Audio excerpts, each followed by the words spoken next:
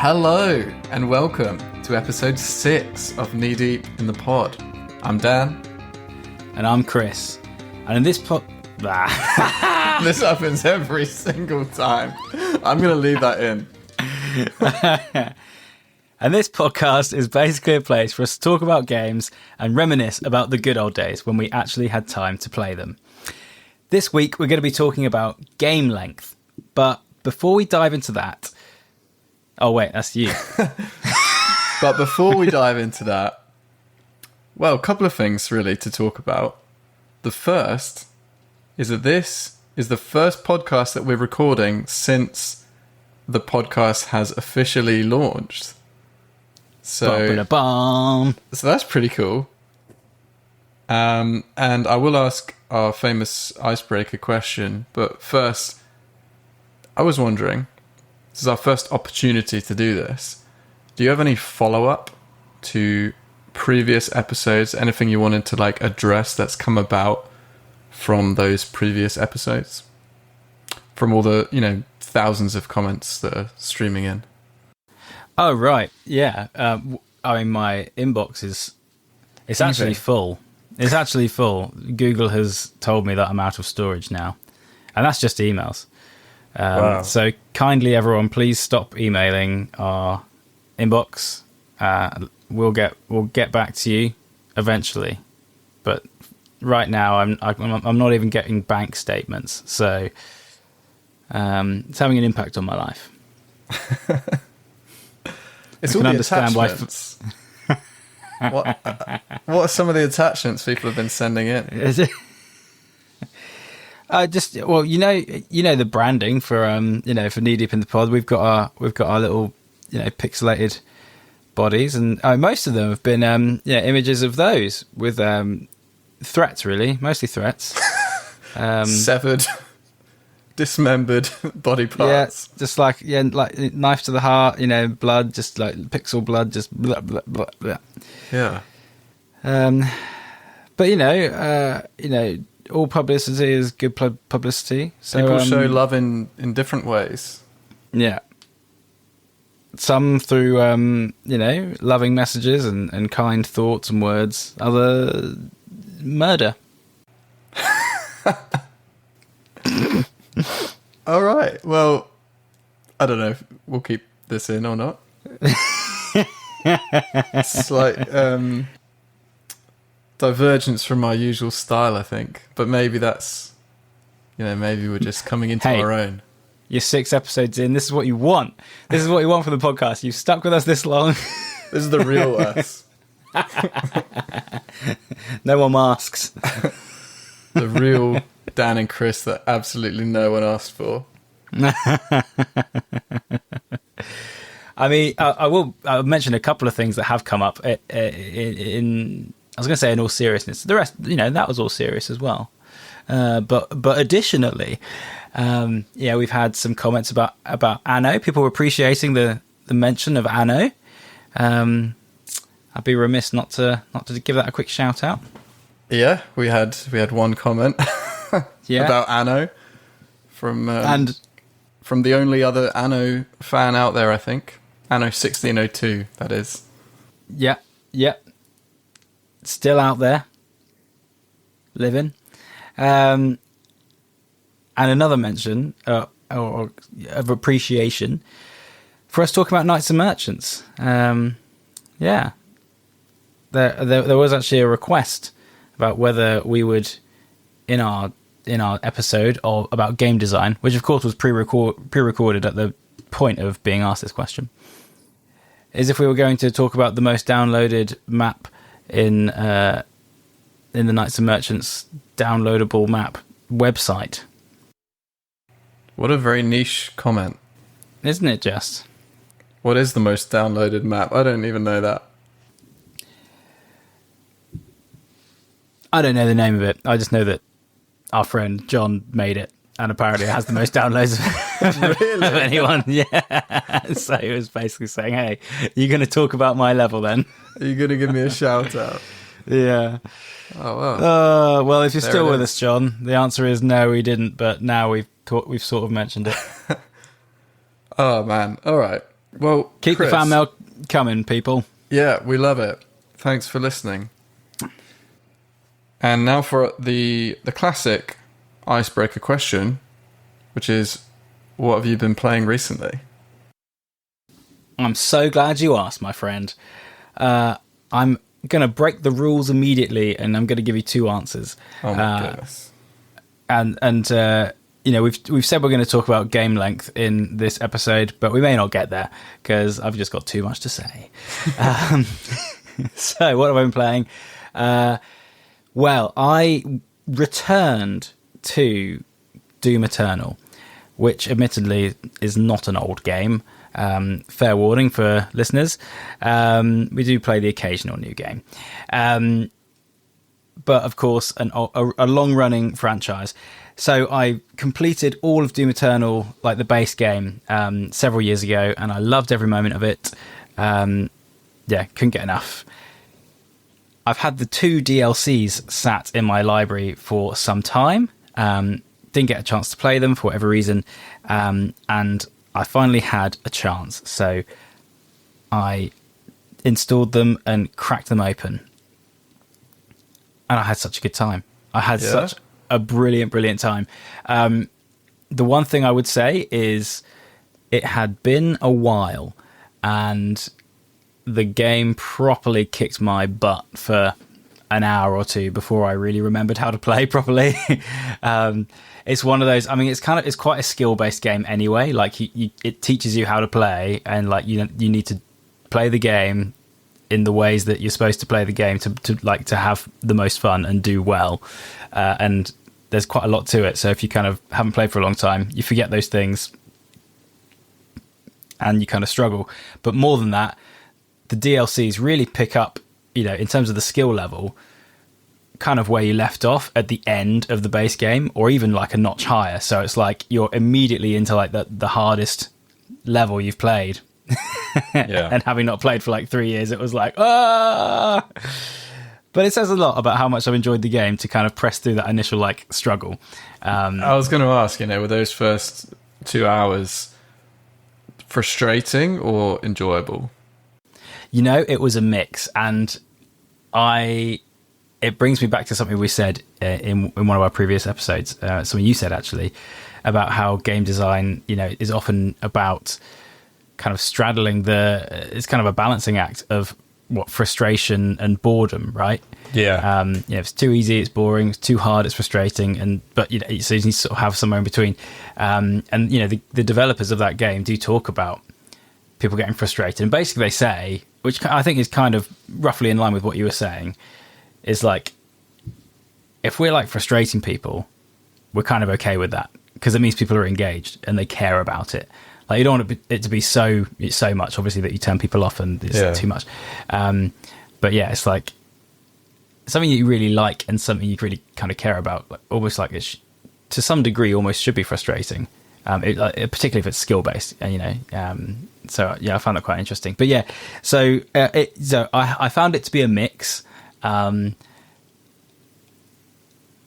it was like it was a rough couple hours, but also the satisfaction whenever I beat a section was huge, and it made me feel like, I'm getting one step closer back to the skill level that I was at, and I'm just about learning that mechanic again and this skill thing again. So anyway, I had an absolute blast. Continued the storyline and developed the game some more. So I had a great time and completed it. So nice, happy days. And next up, and I'll be brief with this one. We were talking before we started recording. I mentioned that I've been playing the game that Dan, as a games developer and his company, released a few months ago. It's a game called Zal, Tales of Kenzera, and it's taken me a little while to make the time to play it, but I'm pleased to say I have been doing so in the last week or so, and I've been really enjoying it. It's I'll let you pitch in with how you might describe it, but my first instinct, I think it sort of markets itself as a Metroidvania, and to people that don't really know what that means, it's kind of a platformer, sort of 2D. 2D platform is not quite right because it kind of has 3D graphics, but it's it's kind of you interact with it in 2.5D perspective. Yeah, you like got Trine. it. Thank you. Yeah, like Trine. Yeah, good. Yeah, good reference. So so that's the kind of game it is, and you're kind of you're battling enemies, you're solving kind of platforming puzzles, that kind of stuff. And yeah, I'm still it's still early days. I'm only a few hours in, but really enjoying it. So that's me. That's what I've been playing. Dan, what have you been playing this week? I've been playing the original Kingdom Hearts. Do you know much about Kingdom Hearts, Chris? I know of Kingdom Hearts, but I don't know it particularly well. Yeah, Kingdom Hearts was like a game series that completely passed me by until I started listening to game soundtracks, and this one came up all the time. It's got an absolute banger soundtrack. Okay. And a lot of people who I work with love the game, and they talk about it, and I thought, oh, you know what, I'll give it a go. So I picked up the remaster on PS3, and I've been working my way through it. Beloved game by many, has not aged well. Man alive, like, I'm getting into it now. I think I've got past the real tricky parts, but the first 2 worlds or so, oh my goodness, there's no direction. Like, it's not clear at all where you're supposed to go. Some of the mechanics are just really janky. Like, the camera is your worst enemy at times. Okay. Yeah. Some of the boss fights, especially in the early game, were insanely hard. So it's been a struggle, but I think I'm getting to a point now where I can sort of enjoy it. Yeah. That's interesting that you say that's not aged well. I was kind of... Because the issues you I was going to ask you for the issues, but you freely laid them out yourself. And the issues you detail don't particularly sound like issues that might have been, limitations of the time. They sound like basically design issues that weren't, that maybe weren't implemented very well in the first couple of levels. When you said it was PS3, I was like, okay, so it can't be that it's like, particularly limited in some ways, or that the graphics are so, atrocious or, repulsive to look at, that too much time has gone past that our eyes can't look at that stuff anymore. But yeah, it's interesting. So, but it's beloved by many, is it? And they don't have the same... Yeah. But you know what? You're absolutely right. These are solvable problems. Especially something like the camera being a nightmare. Yeah. This game, I think, came out on PS2. So, okay. It stands beside games like Ratchet and Clank and Jak and Daxter, which are these very iconic... what's a good word I'm looking for to describe just how brilliant they are? Oh, yeah. Like almost yardsticks, almost. Is that a good... Something like that. But, these very, definitive PS2 era third-person platformers. Mm-hmm. And I don't remember having the same issues with them. So, I don't know what went wrong with Kingdom Hearts. Yeah. Also... just because you said you didn't know much about it, it's very bizarre because it's a blend of Final Fantasy and Disney. Okay. You have all these Final Fantasy characters, and then you've got Goofy and Donald Duck. Oh, sorry. You don't mean it's like a bit of a blend between... No, it's a literal blend. Like actual characters from each... IP has found their way onto this. It is like the combination no one asked for. Okay, and is it sort of a 3D action adventure platformer thing? Yeah, exactly. That's the thing. Okay, yeah, right.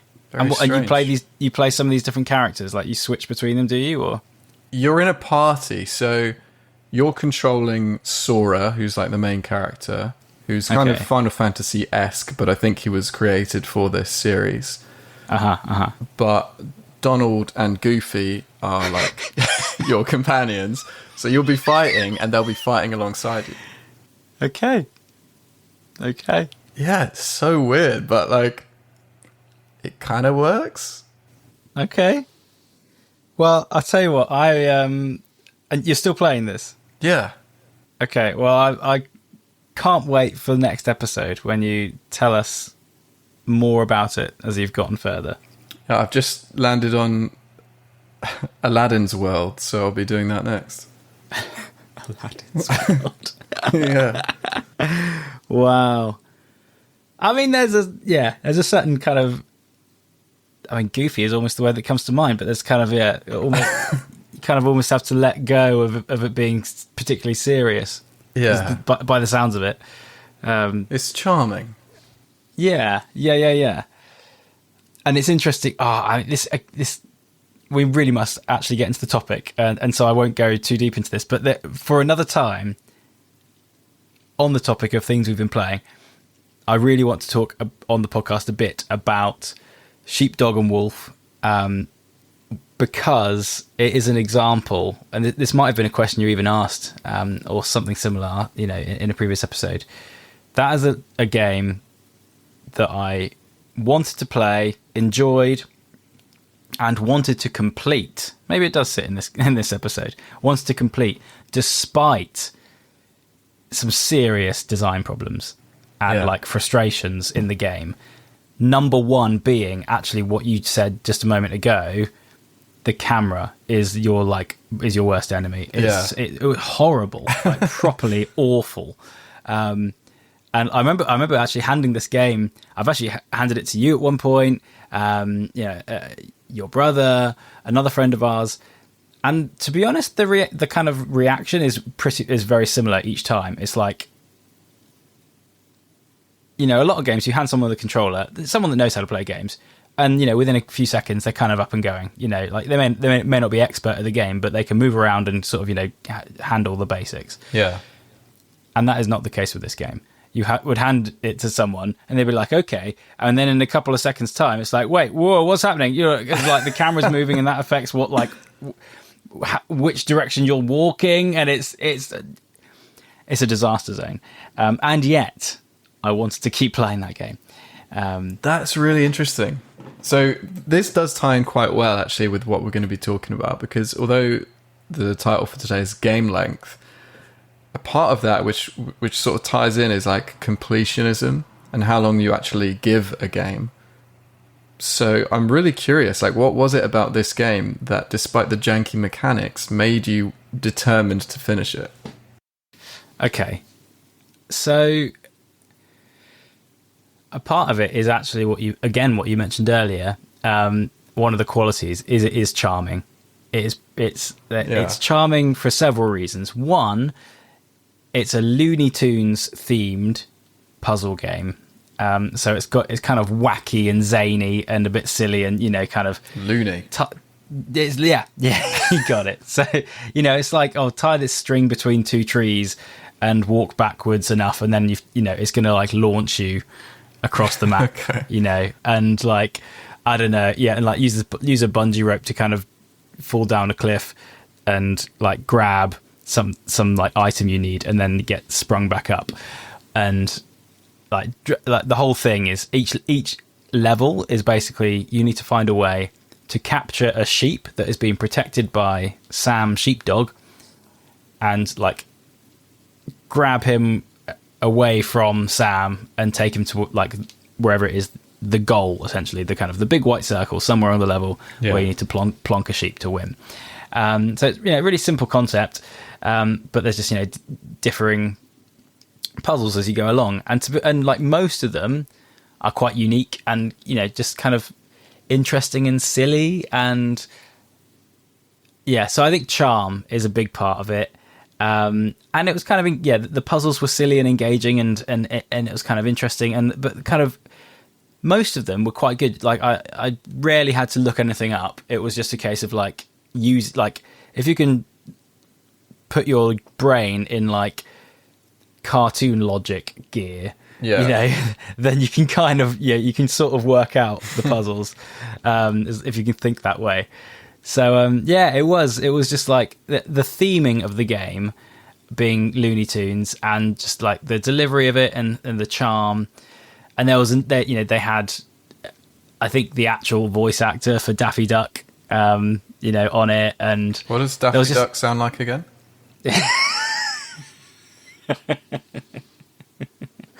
Well, I think it sounds a little bit like this. That's my best Daffy Duck impression.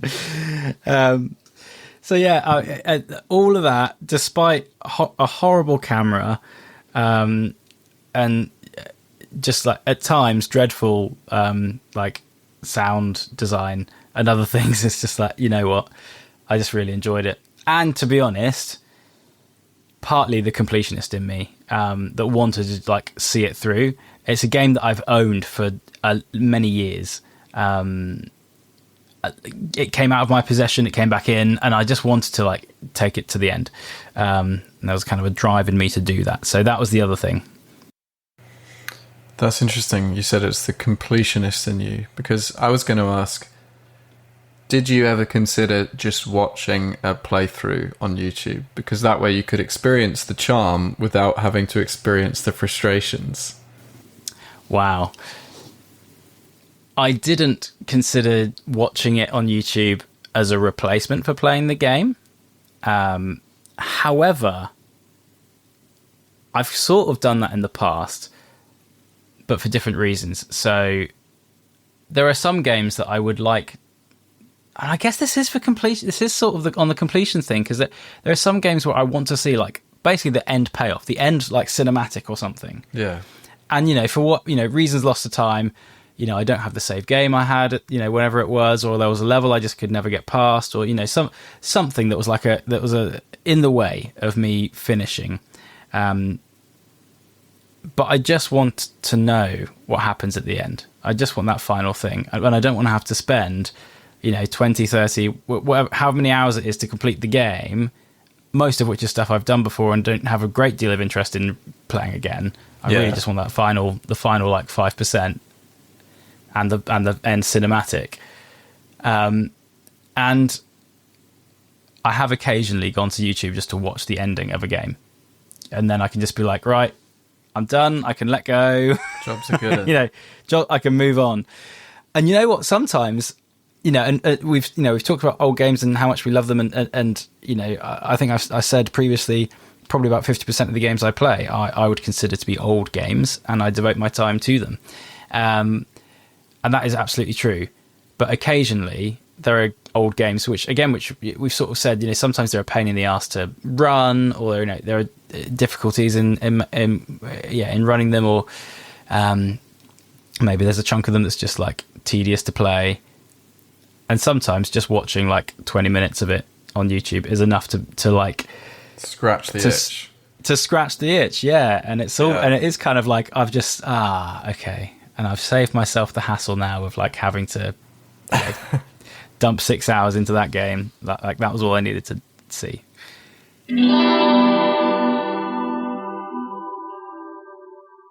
So I don't know how far we are into this podcast yet, but I just want us to like actually ask the question. So we're talking about game length, and I just want to ask the question first off: what is game length? Oh, and then right. We should have done this at the start. Let's just set some ground rules, because we haven't done this. We couldn't help ourselves. We just dived straight in. So what I'm going to ask you, Dan, to explain. What is game length? What are we talking about here? Game length. Well, back in the old days, the length of a game was a bit longer, because they came in like a big cardboard box. So the length was maybe 20 to 30 centimeters. I'm sorry, this is such a bad joke. Game length, I think it's pretty obvious what game length is, but I guess there's different ways of measuring it. So a site that I use a lot actually is How Long to Beat, because if I want to know ahead of time, what I'm committing to, so I'll go on How Long to Beat, and they have different like categories. They'll say, here's the sort of like main playthrough time if you're just doing the core game, and here's the completionist time if you're getting all the extras. Yeah. So game length can vary, I guess, depending on like how much you're planning to actually complete. And the notion of completeness really can vary game to game. Okay. But at its core, I suppose, it's the length of but time. But here's the correct answer. Well, I think we've sort of, you rightly so, picked up on some nuance of what, of what it could be. But at like its most fundamental is how long it takes a player to start the game and then finish the game, right? Like how long that takes. Within that, it does it. Are we counting all the collectibles? Are we, is it every side quest? Is it, what? But that's what we're talking about. So, what is a good game length? When you go on, how long to beat? What are you hoping for it to say? What's like? Oh, good. I'll pick that up then. Or what's like? Oh, not sure. For me personally, or what's disappointing, perhaps. For me personally. Yeah. Okay, that's a great question. Oh my goodness. There's so many places we could go from here.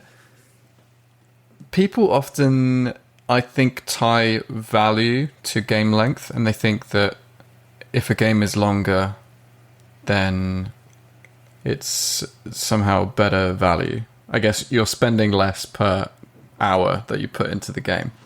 Mm-hmm. And I think that some companies have used that to as to justify like artificially inflating the length of their game.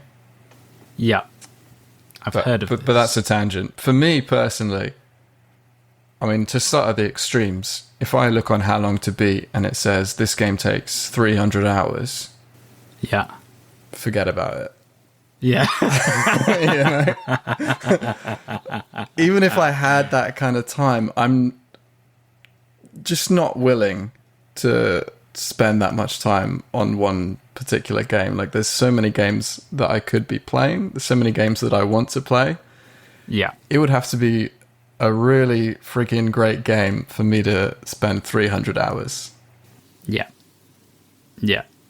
On the other end of the spectrum, if it says this game is going to take you 2 hours, would that put me off? Probably not. If the price is right. In fact, I could very happily spend, a few quid on a short game and complete it in an evening, and that would probably be a very good evening. Yeah.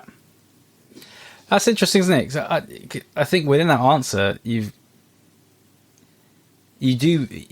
shown that you do prescribe some level of value in terms of the game length, but too much game length is a bad thing. That puts you off. So there's I guess there's a sweet spot, and then too far one way or the other,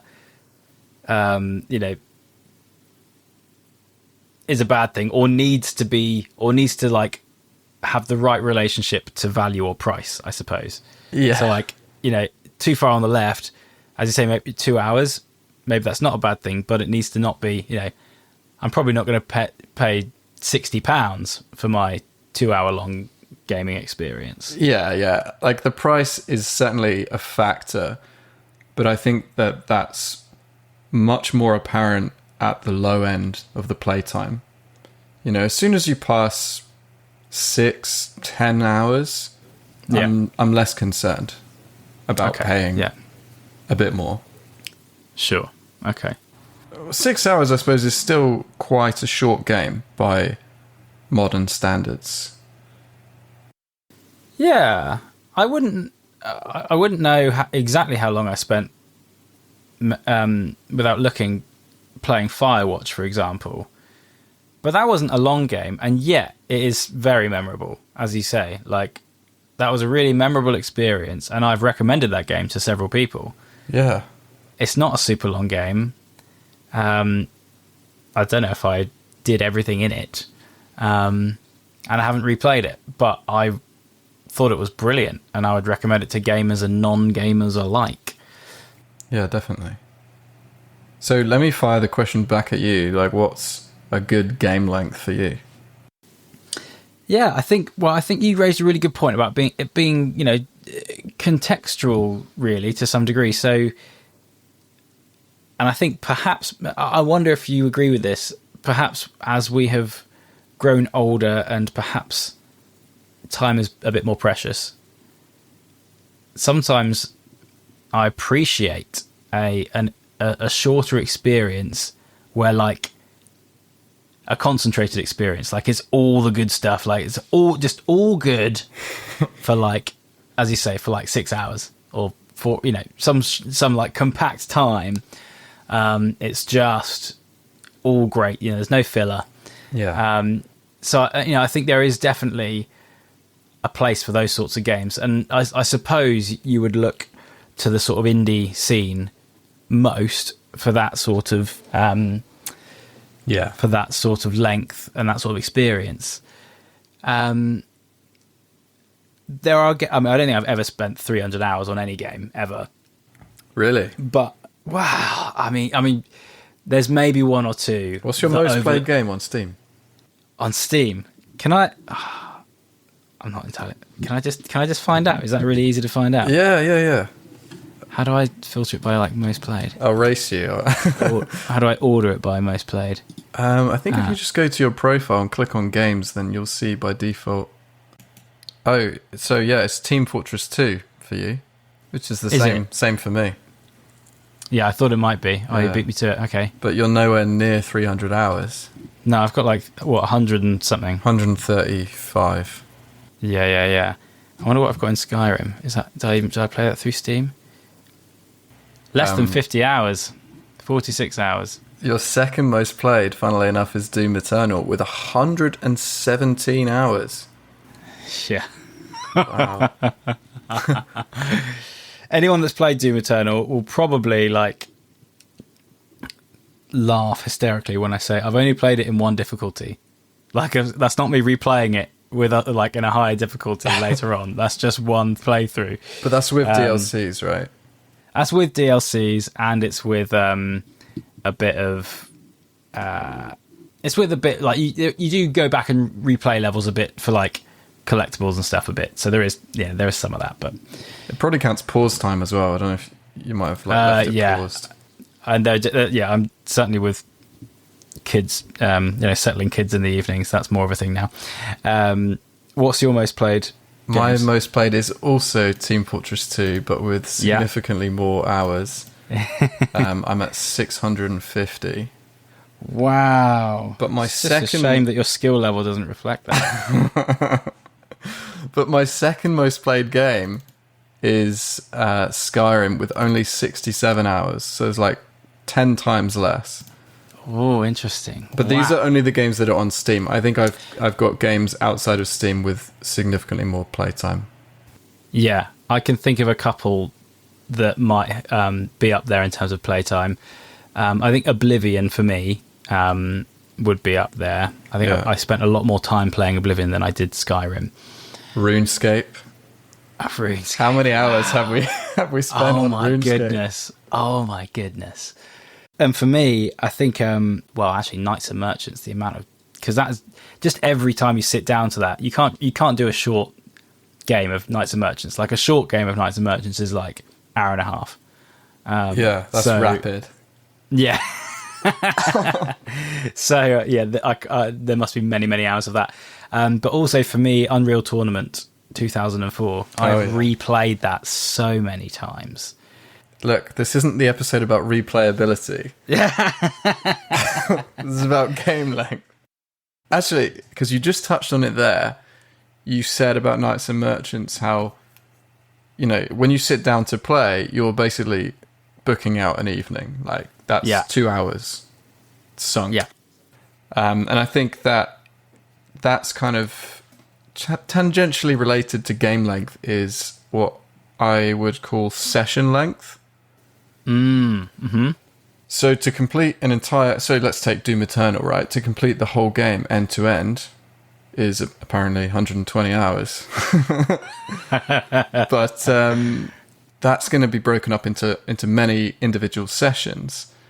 And I think for me, session length is also an important factor when choosing which game to play, because often I like to play games in short bursts. Yeah. And if I know, for example, that this game is going to put me on a loading screen for 5 minutes before I can even be playing, I'm probably not going to bother in a lot of situations. I don't know how you feel about that. I think that depends on kind of the proposition of the game entirely, to some degree. So, and this is getting a bit, so we're obviously talking about games, it's getting almost a bit marketing and like the proposition of your product to some degree. So I think, to take Knights and Merchants as an example, I don't think that game shies away from being a slower paced, long game, Not at all. Like, that is part and parcel of the game. Like, this is what you're in for, folks. Yeah. Strap in, have a good time.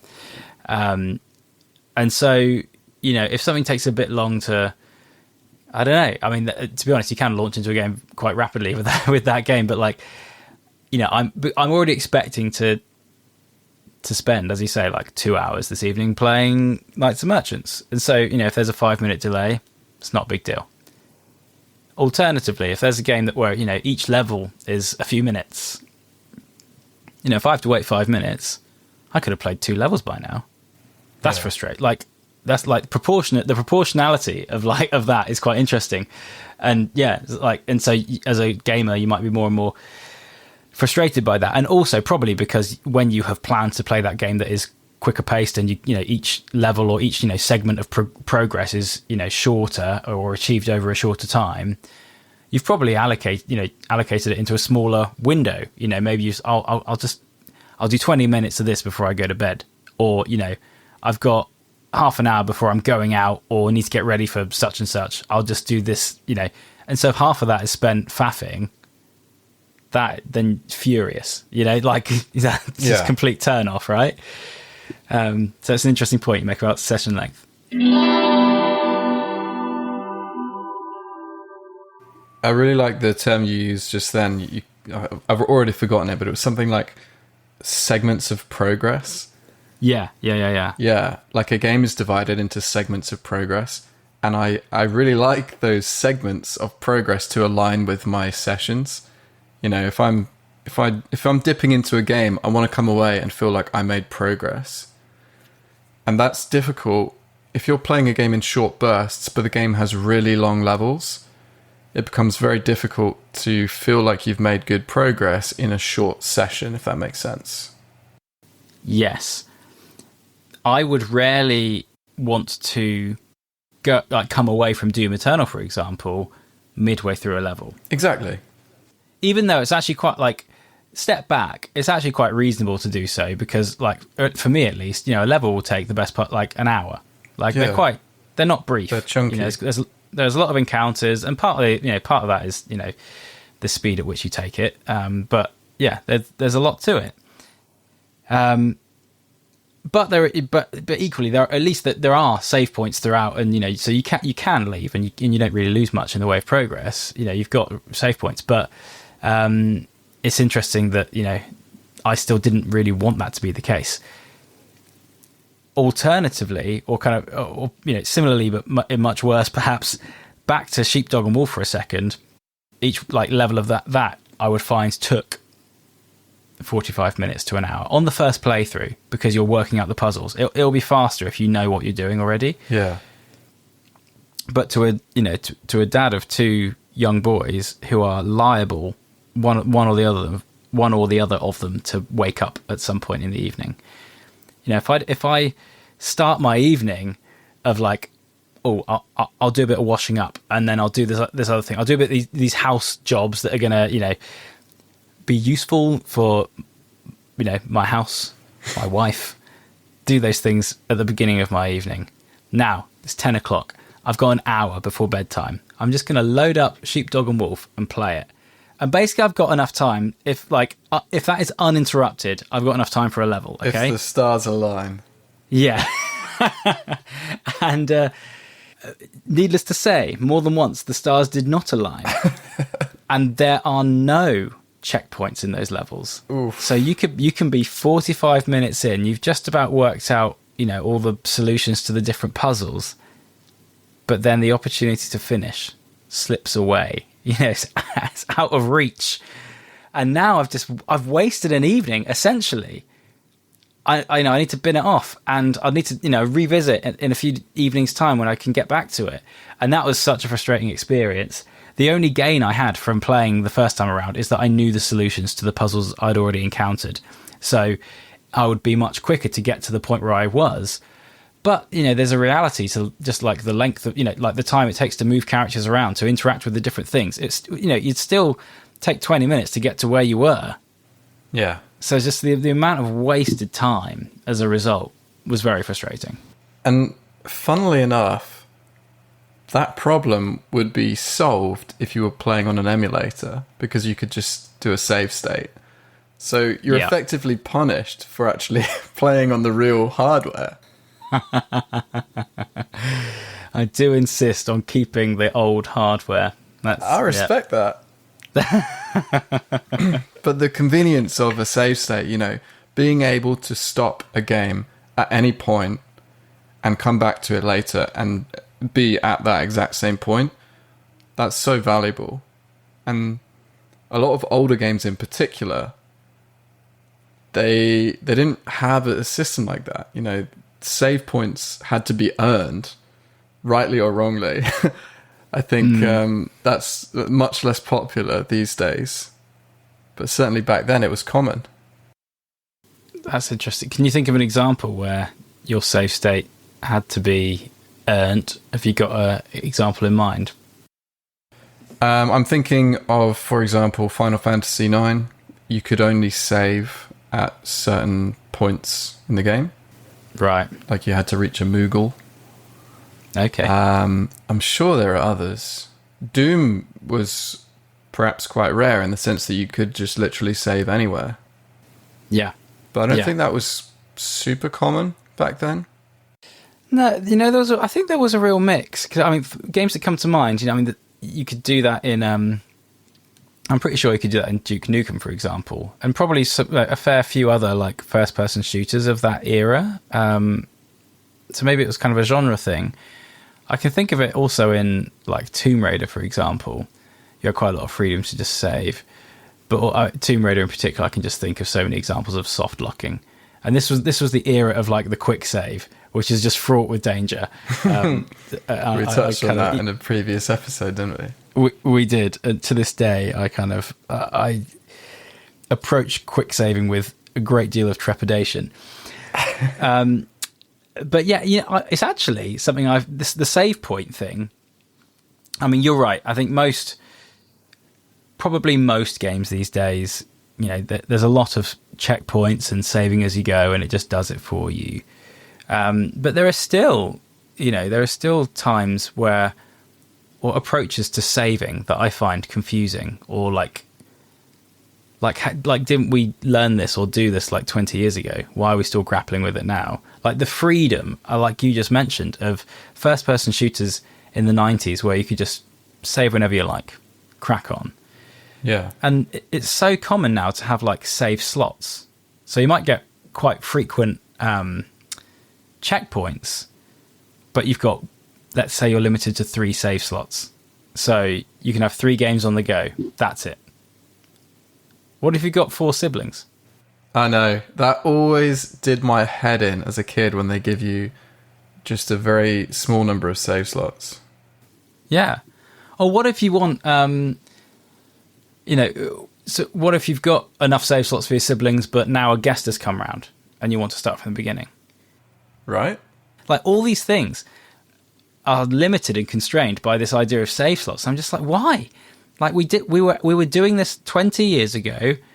Why are we limiting our players to have just like a few save slots and essentially wrench autonomy away from them and decisions away from them? I agree wholeheartedly, but I do think that it's a bit less of an issue with like modern PC games on Steam, for example, because you're probably going to have family members using different accounts, and each account will have its own save files. Yeah, it feels a bit of a cop out, but it's reasonable, and that's probably the experience of more and more players. But it's just like it just feels a bit needless. I wonder if there's some other reason behind it. There's some like reasoning or logic behind it that that's to the benefit of game makers as opposed to the benefit of of players. Or maybe I'm just looking for nefarious reasons when there are none. Well, with Abacus, which is my game, for anyone who doesn't know, I made a point of allowing players to create any number of saves, because I always hated there being a finite number of save slots in games growing up. And you know what? It was like quite a bit more work. Was it? To add in that system. Well, as an Abacus player, I thank you wholeheartedly for the effort you went to. Because actually, I did this very thing. I shared that game with my sister, and then my other sister, and then my sister's husband, and we all those people played the game. So you pirated my game. Yeah. I later encouraged them to purchase it, or I purchased it for them. In fact, I'll say this publicly: if you own my game, if you buy my game and you want to give it to a friend or a family member, that's fine. I have literally no problem with that. Just don't put it on the internet, Yeah. Oh, okay, right. So, this has all been like related, I think, to game length, hasn't it? The kind of saving and kind of segments and progress. But we've touched on completionism earlier, and I said how I wanted to complete Sheepdog and Wolf, for example. Yeah. But let's just dig into that a bit deeper, because my definition of completionism and my outlook on that is perhaps different to some people. All right. So when I say I want to complete a particular game, generally what I mean by that is I want to finish the core game. So, if it's a kind of traditional first-person shooter affair, that means beating the last level, essentially. Getting all the way to the last level and beating it. If it's an RPG, it's probably completing the main quest line, is what that means. Yeah. It starts to get a bit woolly at that, particularly with an RPG with like Morrowind or, Skyrim, Oblivion, those more open worldy things, because there's so much side content. Like, if you only did the main quest, it's quite a short game. But even so, even if I only did like 2% of the open of like the side quests, when I've completed the main quest, I feel like I've done it, or I feel, or at least in that context, my motivation for playing the rest of the game dissipates. I get that, because what was stringing it together was the main quest, and that's done now. So that's actually a slight regret I have of when I played Skyrim, as I played the main quest too fast. So anyway, but those are some examples of what I mean when I say I want to complete a game. But that may not be the case for other people, or between games. So obviously, some games have a lot of collectibles. So is being a completionist is wanting to complete the game, collecting every collectible, or is it collecting enough of the main collectibles, or is it finding every secret? Where do you draw that line? What is sufficient for you? A lot of the time for me, it's what I stated just then, but there are some games that I have brought to absolute completion. The main one that comes to mind is the Spyro games. I was just thinking about that. Yeah, particularly Spyro 2, but I think I've done it for Spyro 3 as well, where you collect, so in Spyro 2, you collect all the gems and all the orbs. And I think was it all the eggs in Spyro 3? Yeah. I can't remember if there are any other collectibles, but yeah, essentially, there's this kind of you can beat all the levels, but there might be some collectibles. I can tell you right now, actually, and this is an interesting thought, because not many games encourage me to do this, or not many games like make me want to collect all the collectibles. I think Spyro does a really good job of having like a payoff to doing it. Yeah. So Spyro 2, for example, it has, was it Dragon Shores? Is that what it's called? Yeah. So you've got Dragon Shores, and you arrive in Dragon Shores, and then there's like a Ticketmaster guy, and he's like, "Hey, welcome to Dragon Shores. You'll need this many orbs if you want to like come in." And you want to know what's behind the door. I want to get to Dragon Shores. What, like, they built it up. It's finally Spyro's time for a holiday, and so you go about, collecting the things, and like with orbs in particular, it encourages you to engage with more of the challenges, I suppose. So they're not just kind of meaningless collecting. The gems can be a bit more just like, you need to run around and find all the crevices you didn't check before. But with orbs, there's challenges and stuff. So anyway, I think Spyro is a good example of encouraging you to get all the collectibles. There are other games where there are things to collect, but I feel like there is less payoff, or it's there's less of a reason or setup to encourage you to do so, other than tick, I got the I did that. And in the old days that might just be your own satisfaction, or maybe there's somewhere in the game it's like tick, you did it. These days you might more typically think of those things as achievements. Yeah. That's so interesting that you mentioned Spyro, because that was exactly the example that came to mind for me. Because I'm not much of a completionist these days. I'm kind of like you described. I'll do the main story or whatever it is, and then I'll be done, because once I've done that, there's no incentive to keep going. Mm-hmm. But Spyro is one of those games where I've always 100%ed it. Every time I've played it, I've felt like I've had to get everything, or I've wanted to get everything. Yeah. And I don't know what makes it so exceptional, but maybe it is just like you say, it has like a very tangible payoff in game compared to just like an achievement, which is, I don't care about achievements, Yeah.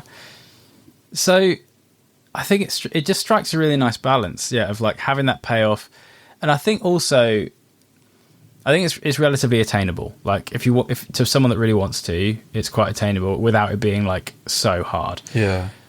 And I think actually this has led me to remember a couple of the games where I've gone to YouTube to watch the cinematic or whatever the thing is, because I just wanted to see what I didn't manage, And actually in both instances, they are Crash Bandicoot games. Oh. Crash Bandicoot 2, which I have played several times, and Crash Bash, both of which have these systems where you can. So I think with Crash Bandicoot 2, I think they'll like hide a relic or hide a gem or whatever it is, in levels, and that's like something you've got to find basically in a secret location.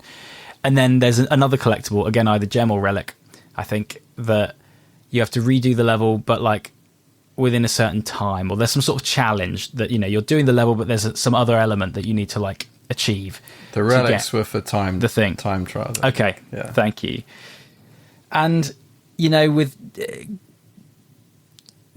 Crash Bandicoot 2, I would always like want to do it all. I was like, I'll start collecting all those. And from again, like part of the payoff or part of the like temptation for me was like, there's this like now Embryo, I think it is, like the other like scientist guy is like, hey, I'm going to help you, and like I'm actually going to help you defeat Cortex or do this other thing, like so it's kind of this interesting other storyline of like he's this kind of other party with different interests and priorities.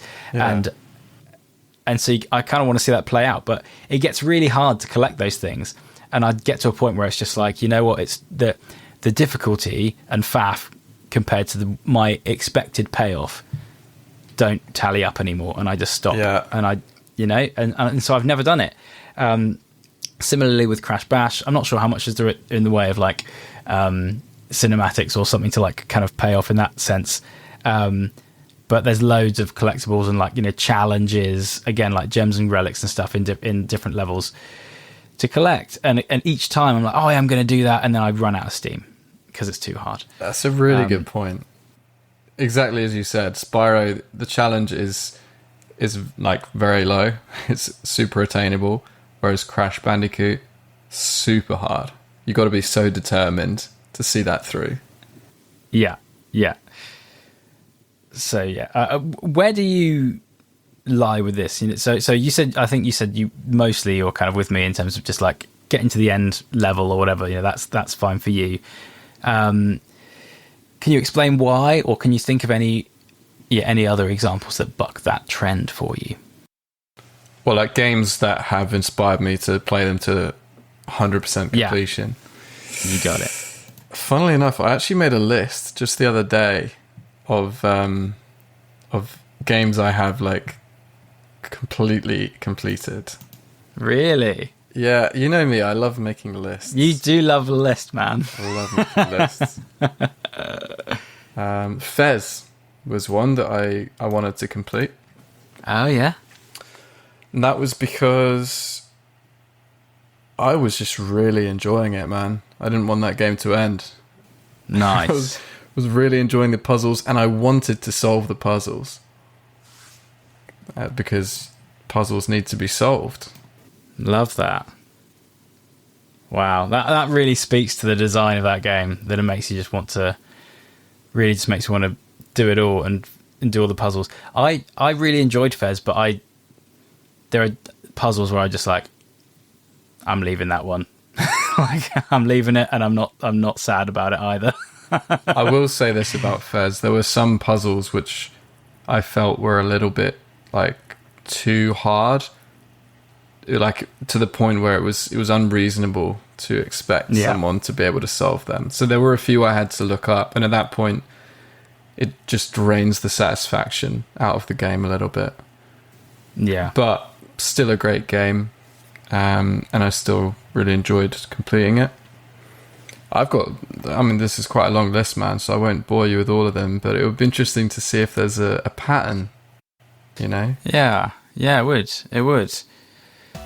So, this episode is getting pretty long, but there's still a lot more I think we could say on the subject. So, what we'll do, we'll pause here for now, and we'll continue this discussion next time. See you later. Bye.